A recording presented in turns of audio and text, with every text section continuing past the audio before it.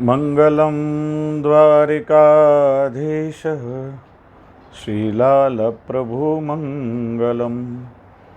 मंगलम वल्लभाधीशो मंगलम विठ्ठलेश्वर। मंगलम हरिदासस्तु मंगलम श्रीकृष्णप्रिया। मंगलम व्रजभूमिश्च मंगलम पुष्टिमंगलम।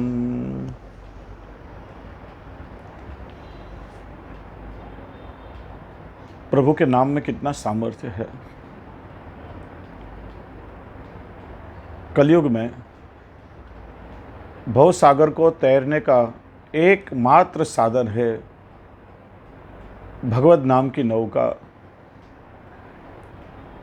और केवल भगवत नाम के नौका में बैठकर ही जीव इस भव सागर को पार तैर सकता है। कलयुग चल रहा है। धर्म के आचरण के सभी साधन अशुद्ध हो चुके हैं। श्री महाप्रभु जी कृष्णाष्टक ग्रंथ में समझाते हैं, सर्व मार्गेषु नष्टेषु कलौ च खलधर्मिणी। प्रभु को प्राप्त करने के सभी मार्ग प्राय नष्ट हो चुके हैं। कोई भी मार्ग हमें गारंटी नहीं देगा कि इस मार्ग से चलोगे या यह साधन करोगे तो तुमको प्रभु अवश्य मिल जाएंगे, ऐसी गारंटी कोई नहीं देता है। सभी साधनों की निष्फलता श्री आचार्य चरण बताते हैं।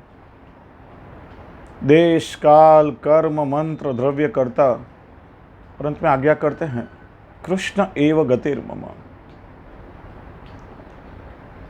भगवान श्री कृष्ण के चरण का शरण ग्रहण करो और कृष्ण के नाम का आश्रय करो, क्योंकि इस कलयुग में कृष्ण का नाम ही सर्वोपरि और जीव को भव सागर से तैरने का सबसे श्रेष्ठ साधन है। श्रीमद् भागवत जी में सुखदेव जी भी परीक्षित राजा को समझाते हैं, कलेर दोष निधे राजन अस्ति एको महान गुण कीर्तनादेव कृष्ण से मुक्त संगा परम व्रजेत। हे परीक्षित, कलयुग के अनेक दोष बतलाए हैं। यह कलयुग दोषों का निधि है, लेकिन फिर भी इस कलयुग में एक बहुत बड़ा महान गुण रहा है, और वह है कि केवल भगवान श्री कृष्ण के नाम का कीर्तन करने से सभी साधनों से मुक्त होकर के और जीव प्रभु को प्राप्त करता है। कलयुग में भगवत सेवा और भगवत नाम, ये दो ही साधन जीव के पास हैं। देखिए, प्रभु दो प्रकार से जगत में क्रीड़ा करते हैं। रूप नाम विभेदेन जगत क्रीडति यो यतः। जब प्रभु अवतार धारण करते हैं तो अपने प्रकट स्वरूप के द्वारा अपने भक्तों का उद्धार करते हैं, और जब प्रभु अपनी अवतार लीला को समेट लेते हैं, अनवतार दशा में प्रभु के नाम के द्वारा जीवों का उद्धार होता है। प्रभु के अवतार वपुओं की आविर्भाव से लेकर के तिरोभाव तक लीलाओं का श्रवण हमने किया होगा। प्रभु के स्वरूप का अवतार होता है, प्रभु आविर्भूत होते हैं और अपने स्वरूप को तिरोहित भी करते हैं, लेकिन प्रभु के नाम का आविर्भाव जरूर होता है, उसका तिरोभाव कभी भी नहीं होता। जहां तक भगवान की प्राप्ति न हो, भक्त की भक्ति का निर्वाह भगवत नाम के द्वारा होता है।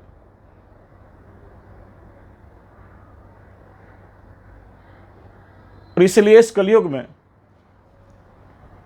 प्रभु के धाम तक पहुंचने का साधन प्रभु का नाम है। भगवान और भगवान के नाम में किंचित भी भेद नहीं है। भगवान किसे कहते हैं? ऐश्वर्य वीर्य यश श्री ज्ञान और वैराग्य, छह धर्म जिसके अंदर विद्यमान है, इन छह भगों को धारण करने वाले भगवान।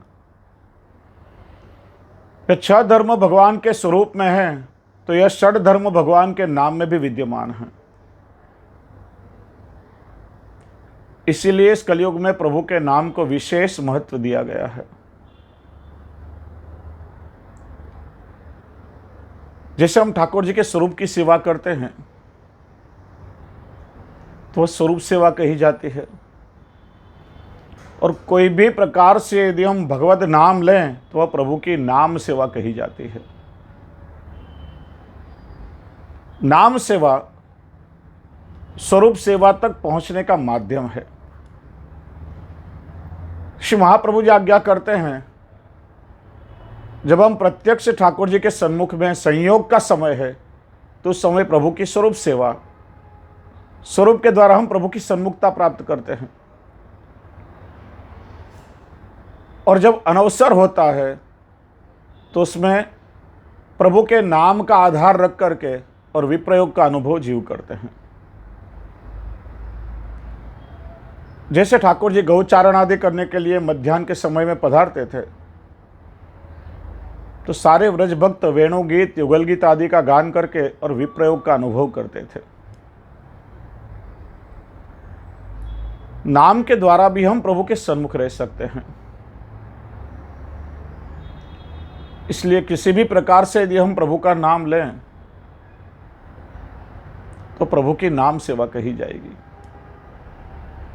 श्री महाप्रभु जी हमें समझाते हैं कि प्रभु का स्वरूप रस है तो प्रभु का नाम रसायन है।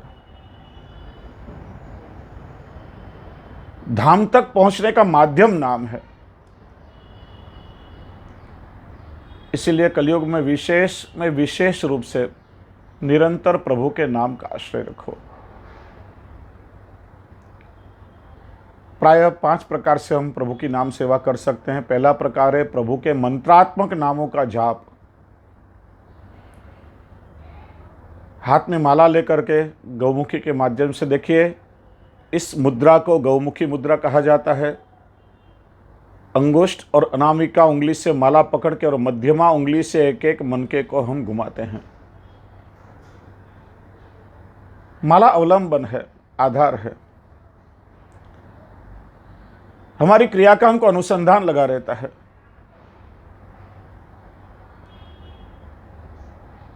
लेकिन कोई संख्या गिनने की हमें आवश्यकता नहीं है। हाँ, कुछ निश्चित संख्या का हम नियम लेते हैं। प्रतिदिन में 5 माला करूंगा या प्रतिदिन में 11 माला करूंगा, ऐसी कोई निश्चित संख्या का हम नियम अवश्य लेते हैं, क्योंकि नियम से जीवन में नियमितता आती है। और नियम हम इसलिए लेते हैं कि उसके द्वारा हम धीरे धीरे आगे बढ़ सकें।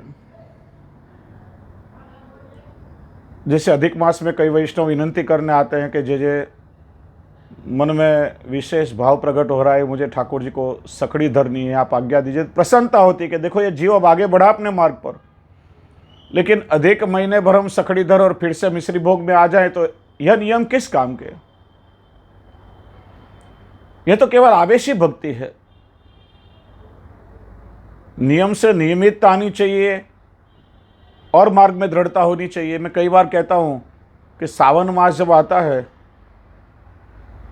और बारिश की बौछारें शुरू हो जाती है तो मिट्टी में केंचुए होते हैं, अर्थवर्म्स। केंचुए की उत्पत्ति हुई।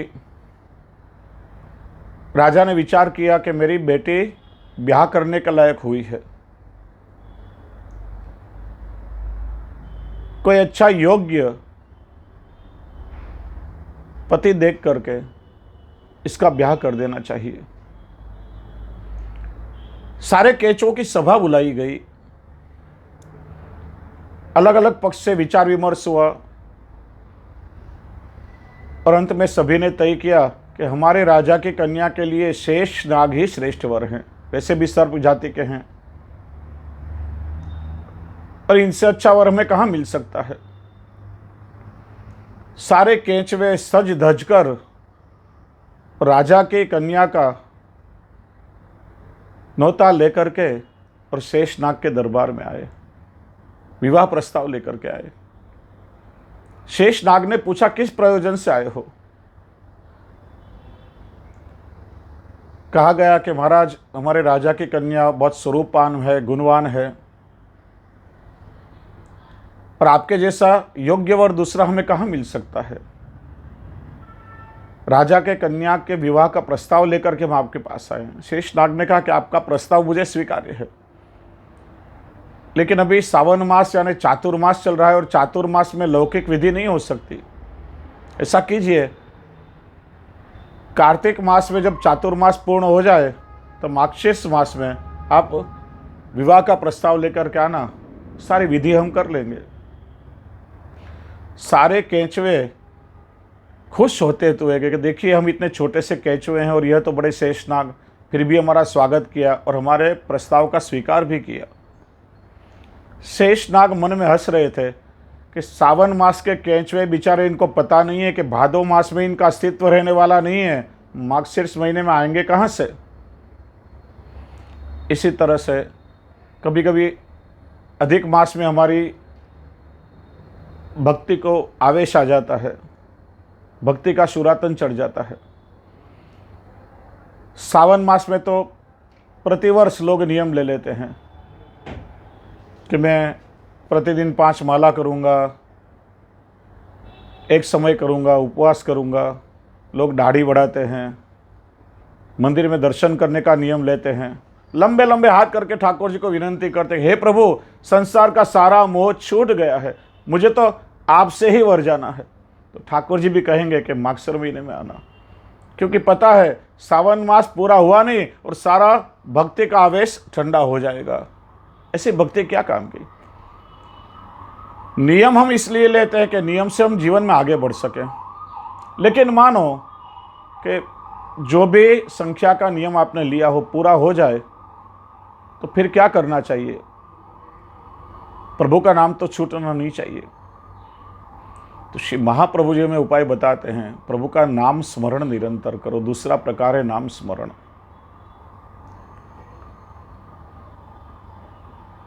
जिसमें कोई अवलंबन की आवश्यकता नहीं है। खाते पीते चलते फिरते कोई भी कार्य करते हुए भी निरंतर मन में अष्टाक्षर मंत्र श्री कृष्ण शरणम मम का स्मरण करो। श्री महाप्रभु जी ने कृपा करके कितना बड़ा साधन हमें दिया है, और वही साधन फल रूपा भी तो है। ऐसे प्रभु का नाम मुख में नहीं आता जहां तक ठाकुर जी की कृपा न हो। श्री आचार्य चरण आज्ञा करते, तस्मात् सर्वात्मना नित्यम श्री कृष्ण शरणम मम वदद भिरेव सततम। अहर्निश अष्टाक्षर महामंत्र श्री कृष्ण शरणम मम का स्मरण करो। जैसे जैसे प्रभु के नाम का हम स्मरण करेंगे, संसार के सारे दुखों का विस्मरण हो जाएगा। देखिए, आने वाली घटनाओं को हम रोक नहीं सकते हैं। जीवन में आने वाले दुखों को कोई रोक नहीं सकता है, लेकिन जैसे ठाकुर जी आनंद स्वरूप है, ठाकुर जी का नाम भी आनंद स्वरूप है। जब जब प्रभु के नाम का आश्रय करोगे, सारे दुखों का विस्मरण हो जाएगा। बाहर यदि बारिश गिर रही हो तो हम बारिश को रोक नहीं सकते हैं, लेकिन छाता लेकर के अवश्य जा सकते हैं बारिश के पानी से अपने आप को बचाने के लिए। तो प्रभु के नाम का जो स्मरण है, संसार के सारे दुखों को भुला देगा। एक प्रसंग मैंने सुना था, एक गुरु और शिष्य किसी जंगल में से कहीं गुजर रहे थे। घनघोर जंगल था। मार्ग में सिंह की गर्जना सुनाई दी। शिष्य भयभीत होकर के और एक पेड़ के ऊपर चढ़ करके बैठ गया, और गुरुजी वहीं पलाठी लगा करके प्रभु के नाम स्मरण में निमग्न हो गए। मानो उन्हें समाधि लग गई। थोड़ी देर में एक भयंकर विकराल सिंह वहां पर आया, गुरुजी को सूंघा, इर्द गिर्द घूमा और फिर वहां से चला गया। जब सिंह आंखों से ओझल हो गया तो शिष्य पेड़ पर से नीचे उतरा, गुरुजी को जगाया समाधि में से, गुरुजी जागिए, उठिए, चलिए, अभी हमें बहुत आगे जाना है। दोनों चलने लगे। बीच में मार्ग में एक मधुमक्खी ने आकर के और गुरुजी के पीठ में डंक मारा। गुरुजी पीड़ा से आकुल व्याकुल हो गए। तब शिष्य को आश्चर्य हुआ। पूछा, गुरुजी एक प्रश्न पूछूं? तो पूछ बेटा। थोड़ी देर पहले इतना भयंकर विकराल सिंह आपके पास में था, लेकिन आप जरा भी विचलित नहीं हुए, और एक छोटी सी मधुमक्खी ने आपको डंक मारा और इतने व्याकुल हो गए, ऐसा क्यों? गुरुजी ने बड़ा सुंदर उत्तर दिया कि बेटा, जब सिंह मेरे पास में था तब मैं प्रभु के नाम के माध्यम से प्रभु के धाम में पहुंच चुका था, इसलिए मुझे कोई भी दुख का अनुभव नहीं हुआ। और जब मधुमक्खी ने मुझे डंक मारा, मैं तेरे साथ चल रहा हूं, इसलिए मुझे पीड़ा का अनुभव हो रहा है। इस तरह से प्रभु का जो नाम है उसमें सामर्थ्य है कि सारे दुख को जीव भूल जाता है। इसलिए निरंतर भगवत नाम का स्मरण करते रहना चाहिए। इसके लिए कोई संख्या गिनने की आवश्यकता नहीं है।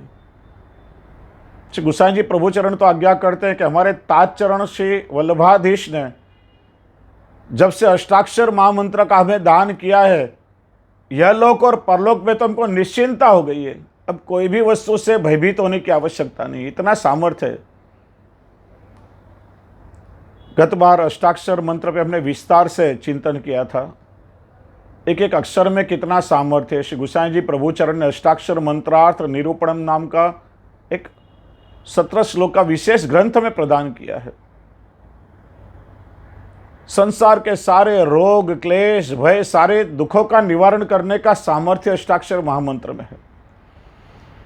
इसलिए वैष्णवों को निरंतर अष्टाक्षर महामंत्र श्री कृष्ण शरणम मम इसका स्मरण करते रहना चाहिए। कई बार वैष्णव पूछते हैं कितनी माला करना चाहिए, कितनी संख्या में प्रभु का नाम लेना चाहिए। तब कहा जाता है कि भाई यदि संख्या गिननी है तो व्यापार में गिनो, प्रभु के नाम लेने में कोई संख्या गिनने की आवश्यकता नहीं है। श्री आचार्य चरण आज्ञा करते हैं सततम अहर्निश भगवत नाम लो। देखिए गोवर्धन मानसी गंगा पर श्री महाप्रभु जी के समय में उनके समकालीन कृष्ण चैतन्य यानी चैतन्य महाप्रभु है, दोनों महानुभावों ने भगवत वार्ता की। कृष्ण चैतन्य जी ने आज्ञा की कि मैं मेरे सेवकों को दिन में 1.25 लाख बार भगवत नाम लेने की आज्ञा करता हूँ। गाय के सींग पे राई का दाना टिके इतनी देर भी जो भगवत नाम मुख से निकले तो भी जीव का उद्धार हो जाता है। जैसे आज्ञा की है अजाबिलादि दोषाणाम नाशकोनु भवे स्थित। अजामिल बड़ा दुराचारी था, पातकी था, लेकिन अंतिम समय में केवल पुत्र को पुकारने के लिए नारायण नारायण का स्मरण किया तो उसके सारे अपराध जलकर भस्म हो गए और विष्णु के दूत आकर के उसे ले गए। मुख से एक बार भी यदि प्रभु का नाम निकल जाए तो जीव के सारे दुष्कृत्य जल जाते हैं। श्री महाप्रभु जी ने आज्ञा की मैं मेरे सेवकों को अहर्निश निरंतर निश दिन भगवत नाम लेने की आज्ञा करता हूं, क्योंकि गाय के सींग पर राई का दाना टिके इतनी देर भी यदि भगवत नाम छूट जाए तो भी कलयुग है। किस क्षण आकर के आसुरावेश लगेगा पता नहीं चलेगा। इसलिए निरंतर भगवत नाम का आधार रखना चाहिए।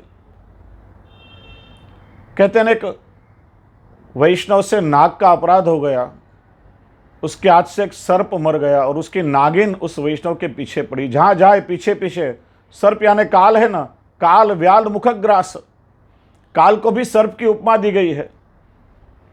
और हम जीव कैसे हैं,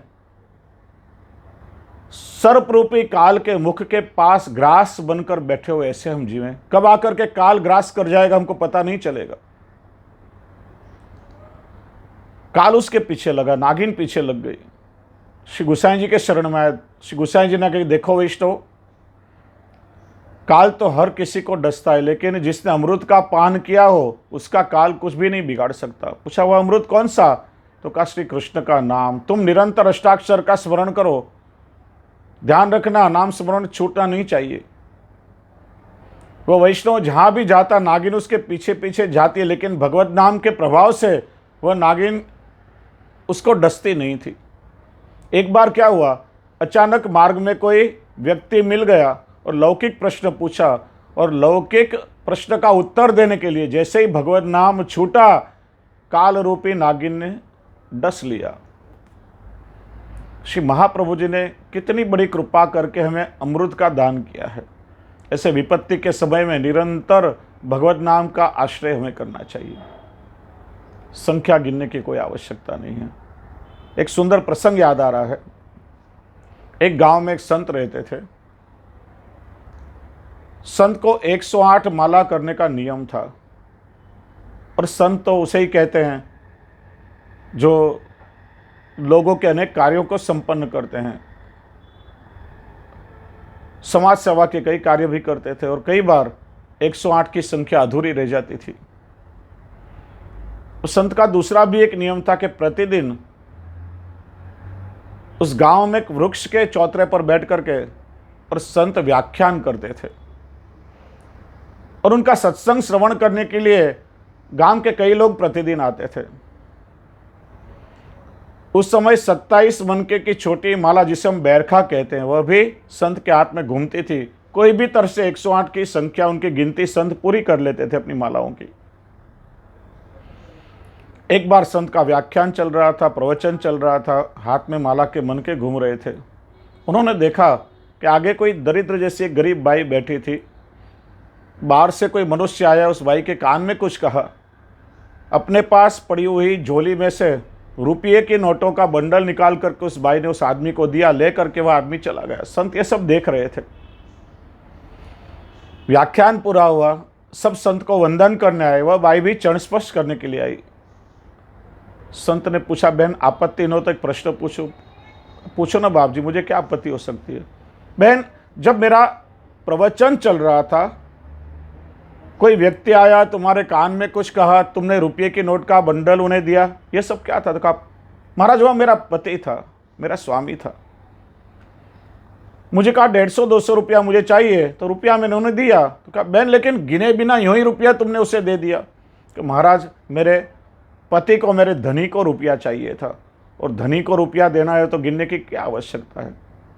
उसी समय संत ने हाथ में से माला छोड़ दी कि एक गरीब बाई यदि अपने धनी को देने के लिए रुपया न गिनती हो तो उस धनी के धनी का नाम लेने के लिए मुझे गिनने की क्या आवश्यकता है। इसलिए श्री महाप्रभु जी आज्ञा करते, सततम अहर्निश भगवत नाम का स्मरण करो। गालिब का भी एक बड़ा सुंदर शेर है। यह कहकर गालिब ने तोड़ दी तस्बीह, तस्बीह यानी माला। यह कहकर गालिब ने तोड़ दी तस्बीह, गिन गिन के क्या उसका नाम लो जो बेशुमार देता है। इसलिए निरंतर भगवत नाम श्री कृष्ण शरणम का आश्रय करो। तीसरा प्रकार है नाम संकीर्तन।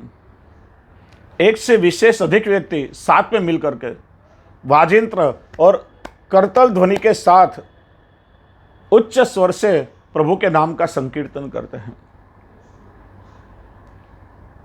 बड़े बड़े वैज्ञानिकों ने संशोधन किया है। यदि अनेक लोग साथ में मिलकर के ऊंचे स्वर से प्रभु के नाम का यदि संकीर्तन करते हैं तो उस ध्वनि की तरंगों में इतनी ताकत होती है कि उससे बड़ी बड़ी सुनामी या भूकंपों को भी रोका जा सकता है, बड़ी बड़ी दुर्घटनाओं को रोका जा सकता है। उस ध्वनि तरंगों में इतनी पॉजिटिविटी होती है, इतनी सकारात्मकता होती है। वातावरण की सारी नेगेटिविटी, सारी नकारात्मकता वहां से दूर हो जाती है और पॉजिटिव वाइब्रेशन हमको मिलते हैं। सारा वातावरण विशुद्ध हो जाता है। और कई बार वृक्ष आदि के पास भी इसका प्रयोग किया गया है। यदि मुरझाए हुए वृक्षों के पास भी भगवत नाम लिया जाए तो मुरझाए हुए वृक्ष भी हरे हो जाते हैं। सारे वातावरण में भगवत नाम का गहरा प्रभाव होता है। यह संकीर्तन, और हम करतल ध्वनि के साथ यदि भगवत नाम का संकीर्तन करते हैं तो तबीबों ने भी इस पर संशोधन किया है। कम से कम दिन में 500 बार आप 10 उंगलियां इकट्ठी करके ताली बजाइए तो शरीर के सारे नसों के पॉइंट हमारी हथेलियों में हैं, एक्यूप्रेशर के पॉइंट मिल जाएंगे। सारे रोगों से भी हमें मुक्ति मिल जाएगी। देखिए, तन भी तंदुरुस्त रहेगा और मन भी प्रसन्न रहेगा। चौथा प्रकार है प्रभु का लीला गुणगान, जो हमारे पुष्टि मार्ग में मुख्य है। ठाकुर जी के सन्मुख अष्ट सखा की वाणी के द्वारा प्रभु की ही लीला का गुणगान हम प्रभु को श्रवण कराते हैं और हम भी उस लीला को श्रवण करके प्रभु के लीला रस में निमग्न हो जाते हैं। ठाकुर जी का एक नाम है लीला गुणगान प्रिय। जहाँ पर ठाकुर जी की लीला का गुणगान होता है, स्वयं ठाकुर जी अपना धाम छोड़ करके और अपनी लीलाओं का गुणगान श्रवण करने के लिए वहाँ प्रकट हो जाते हैं। कई प्रसंग हमारे साहित्य में हैं। प्रभु ने स्वयं आज्ञा की, नाहम वसामि वैकुंठे योगी नाम हृदय न च मद भक्ता यत्र गायन्ते तत्र तिष्ठामि नारद। मैं नित्य वैकुंठ में भी नहीं बसता और नित्य योगियों के हृदय में भी नहीं रहता हूं, लेकिन मेरे भक्त जहां मेरी लीलाओं का गुणगान गाते हैं वहां मैं हर पल तुम्हें प्राप्त हो सकता हूं। वही मेरा परमानेंट एड्रेस है, मेरा ठिकाना है। और हमारे यहाँ जो अष्टसखा की वाणी है, कोई काल्पनिक वाणी नहीं है, अनुभव की वाणी है। श्री महाप्रभु जी और श्री गुसाई जी ने इन अष्टसखाओं को जब ब्रह्म संबंध दिया और पुष्टि का बीज उनके अंदर रोपा और अपनी कृपा वर्षण के द्वारा वह पुष्टि का बीज परिपक्व होकर के जब फलित हुआ तो फलस्वरूप ठाकुर जी की लीलाओं का प्रत्यक्ष दर्शन और अनुभव उन्हें होने लगा। वही अपना अनुभव अपनी वाणी के द्वारा कीर्तनों के माध्यम से अष्टसखाओं ने प्रकट किया है। इसलिए अष्टसखाओं की वाणी भी वेद वाणी से कम नहीं है, अनुभव की वाणी है। सूरदास जी का प्रसंग आता है ना, चर्म चक्षु नहीं थे, अंतः चक्षुओं से लीला का अनुभव होता था। जिस दिन श्रीजी बाबा के जैसे श्रृंगार और वस्त्र थे वैसे ही स्वरूप और लीला का वर्णन करते थे। एक बार श्री गुसाई जी के ज्येष्ठ पुत्र श्री गिरधर जी और तृतीय कुमार श्री बालकृष्ण जी ने सोचा कि सूरदास जी को नेत्र नहीं है, फिर भी स्वरूप का वैसा ही वर्णन करते, एक बार परीक्षा करनी चाहिए। उष्णकाल के दिन थे, श्रीजी बाबा को अंग वस्त्र हो रहा था, निरावरण प्रभु का विग्रह था, श्रीकंठ में केवल मोती की लर धारण की हुई थी, कंठेश्वरी धारण की हुई थी, श्रीअंग में कहीं कहीं जल के बिंदु चमक रहे थे। श्री गिरधर जी ने सूरदास जी से पूछा, कहो सूरदास जी, आज श्रीजी बाबा ने कौन सी श्रृंगार धारण किए हैं? तब सूरदास जी ने पद गाया, आज देखे री हरिमई नंगम नंगा, जलसुत भूषण अंग विराजत, वसन हीन छवि उठत तरंगा। तब श्री गुसाई जी ने आज्ञा की कि बाबा कभी भक्तों की परीक्षा नहीं करनी चाहिए। उनके हृदय में तो निरंतर प्रभु की लीला प्रकट रूप से चलती रहती है, और इसलिए जब तन की आंख खुलती है तो संसार दिखाई देता है, लेकिन जब मन की आंख खुल जाती है तभी ठाकुर जी की लीला का अनुभव होता है। इसलिए अष्टसखा की वाणी अनुभव की वाणी है और प्रभु को भी प्रिय है, और वह श्रवण करके उस लीला का किंचित अनुभव हमें भी होने लगता है यथाधिकार।